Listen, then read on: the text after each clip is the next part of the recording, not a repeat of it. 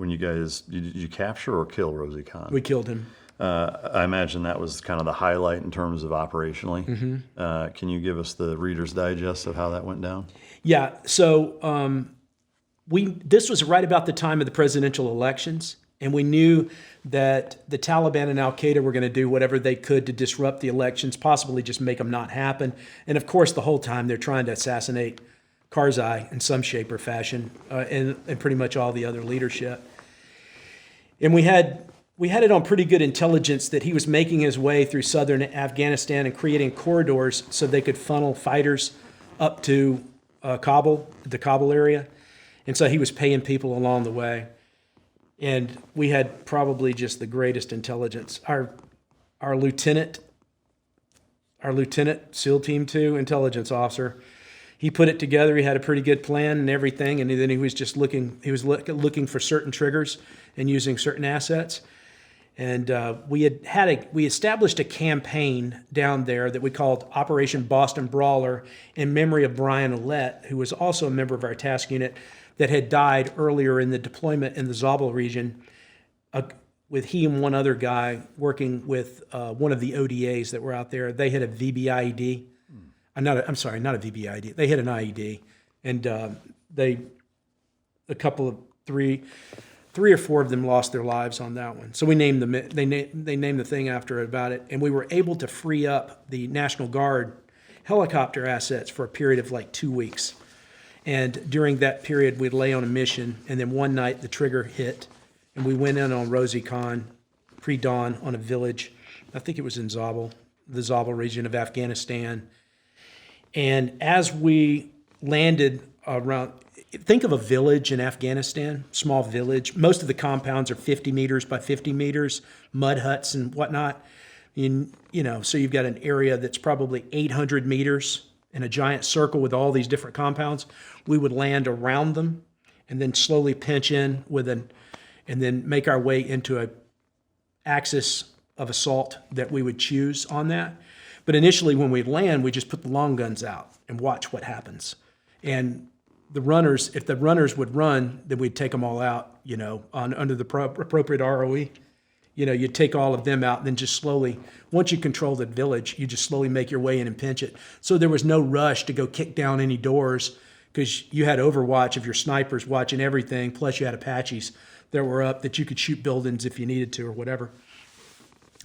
And man, as soon as we hit the ground, and I think they can still watch that YouTube. There's a YouTube of that 60-minute segment. You can see him running up the hill. And we were like, look at there. You're running up the hill, running right into our guys, man. And of course, everybody gets confirmed as the guy that kills Rosie Khan. You know what I mean? Yeah. But I am the official guy on target, and I say it was Colin Thomas that did it. So really? From then on, it's Colin Thomas is the guy that killed Rosie Khan. So anyway. Yeah, it's amazing. And so anyway, that went down, and Laura came in there with the team and did all of their stuff, and they captured it very vividly on that segment, including all the money that he was using to do all the stuff, and so that was a pretty big time. That's amazing. It sounds like that deployment primarily was that it was finding targets on actionable intelligence, going and taking them out. Pretty kinetic, pretty dynamic. Op tempo maybe not as fast as the really short, quick hits in Iraq, but obviously terrain dictates, and they're going to be further spaced out, but longer, more complex operations by and large. It was, and we did probably 5 or 6 long-range recons, and by that I mean a week long, week and a half long, 400 to 700 miles across country, all over the country, and that was dicey and legit too, because the bad guys would mass on you at choke points and try to get you, and you'd have to. What were you guys rocking at that time, mobility platform wise? We had thin-skinned Humvees that were all tricked out with. And I tell you what, now here we go talking tactics and stuff like that. There's a lot of good in being able to move fast. Yeah. And you can move fast. Yeah. And we had the doors were not on. The bad guys, whenever we hear the bad guys talk, they would say, "Do not shoot the porcupine vehicles." Oh, really? Because there were so many guns sticking out of it, and that was either us or the SF guys. And they would say, we'd hear on the radio too, it's like, do not shoot. It's the fish on the mountain, and we do not want to shoot the fish on the mountain because they will hunt you down and kill you. Or the men with lions. It's like the men with talking about attack dog, our canines. They were like, that's the men with lions. Do not shoot the men with lions. That's because amazing. it's cool. It really pumps is. you up to hear that. Yeah, I mean the chatter and dialogue back and forth on the open air, that's being Absolutely. Interpreted is really, really fascinating. Any regrets from that deployment? Of course, the loss of Brian Ouellette, which I remember speaking at his memorial on Bagram, that we named our compound Camp Ouellette after Brian, after we lost Brian. But I'd known Brian from a SEAL Team 4 days, and I'd watched him do so good, you know what I mean? And when he was in Afghanistan, I hadn't seen him in a couple of years, and he was just kicking ass, and he's doing great, and he couldn't have not been in a better. He was in his space, brother. Yeah. He was loving where he was at, yeah. And I remember being on when I was talking at his thing. I go, I know Brian well enough to know this. If I showed him this picture, which was a picture of the building with his name over it, he would know instantly why his name was over the top of it. And he would have not changed a damn thing, because he was right in his element, surrounded by the guys that he loved, doing the job that he was there to do. And man, it's I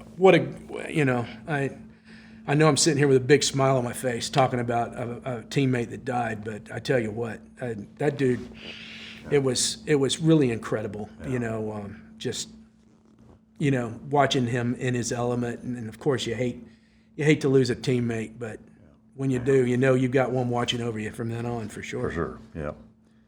As that deployment wrapped up and for the rest of your career, did you do any more Afghanistan deployments still as a task unit commander, or now as an XO and CO? Or? I did 5 or 6 more, but always working as a part of a task force, in doing something. And I mean, going from as sled dog as it gets as an enlisted guy, dev group, leadership at a lower level in a good way, OIC of a platoon, task unit commander. Now you find yourself in, for lack of better terms, more of a managerial role in a wartime environment. I mean, you've really had the full scope of the entire military experience from start to finish, and there's very few guys who can say that.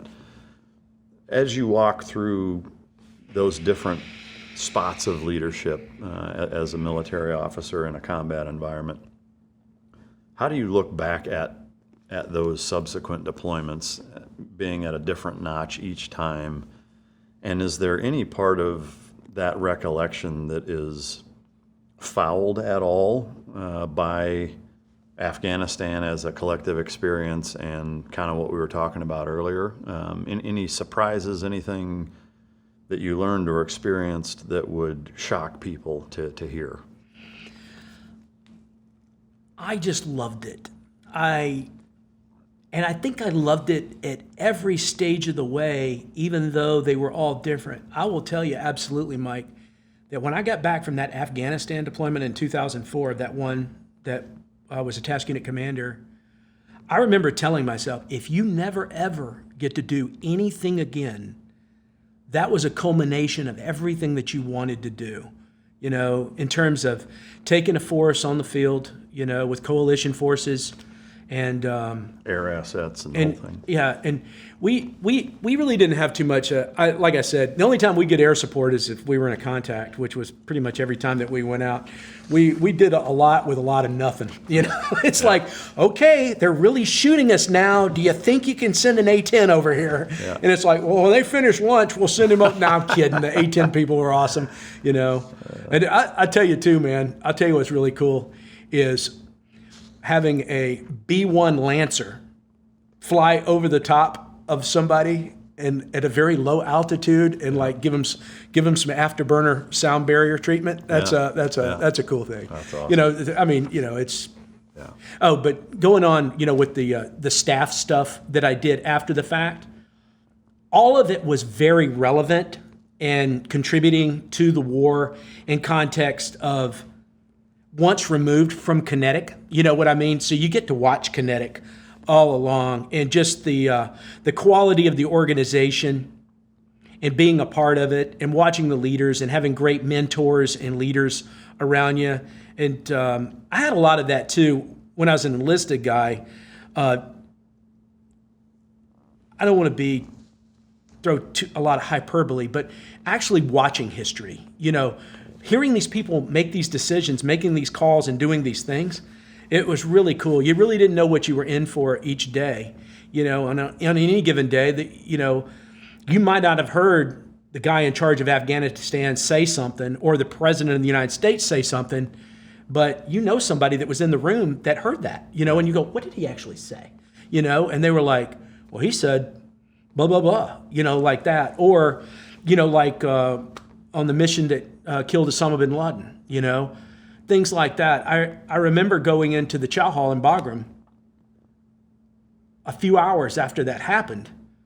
And did I know it happened? No, I didn't, because it was secret as hell. It was crazy how secret that was. But something was weird. There was some static electricity in the air. There was something that was weird. And I remember going in the chow hall it wasn't mid-rats, it was like way on in the night. And, you're in the chow hall with everybody else, everybody that's, And I remember seeing the president pop on TV, and everybody's eating their ice cream sundaes. And I just yelled across the chow hall. I was like, y'all may want to listen to this. And everybody turns and looks at the TV and they announce it, Wow. Did you guys erupt and cheer, or what happened? Yeah, there was some of that. It wasn't like everybody going crazy, but it was, there was, people yelled and stuff, but it wasn't like they would do in a Hollywood movie. They'd Right. make it like everybody's like, running around That's with their kinda ass on fire or something. It's like, I mean, to me, that's kind of surprising. I would think, being in Afghanistan when that happened. oh, they did. They did. I mean, they did. But it they wasn't did. like- everybody's like, yay, like that, or something. But I mean, there would be a bigger response from a team winning the Super Bowl, probably. Yeah, it definitely took it a day or two to catch hold, to the Stars and Stripes come out with it on, and a time for more than the midnight watch, which was who was in there at that moment in time. The ice cream eaters. Yeah. The ice cream eaters. Yeah, absolutely. Which I must have been one of that night. I'd have been right there with you.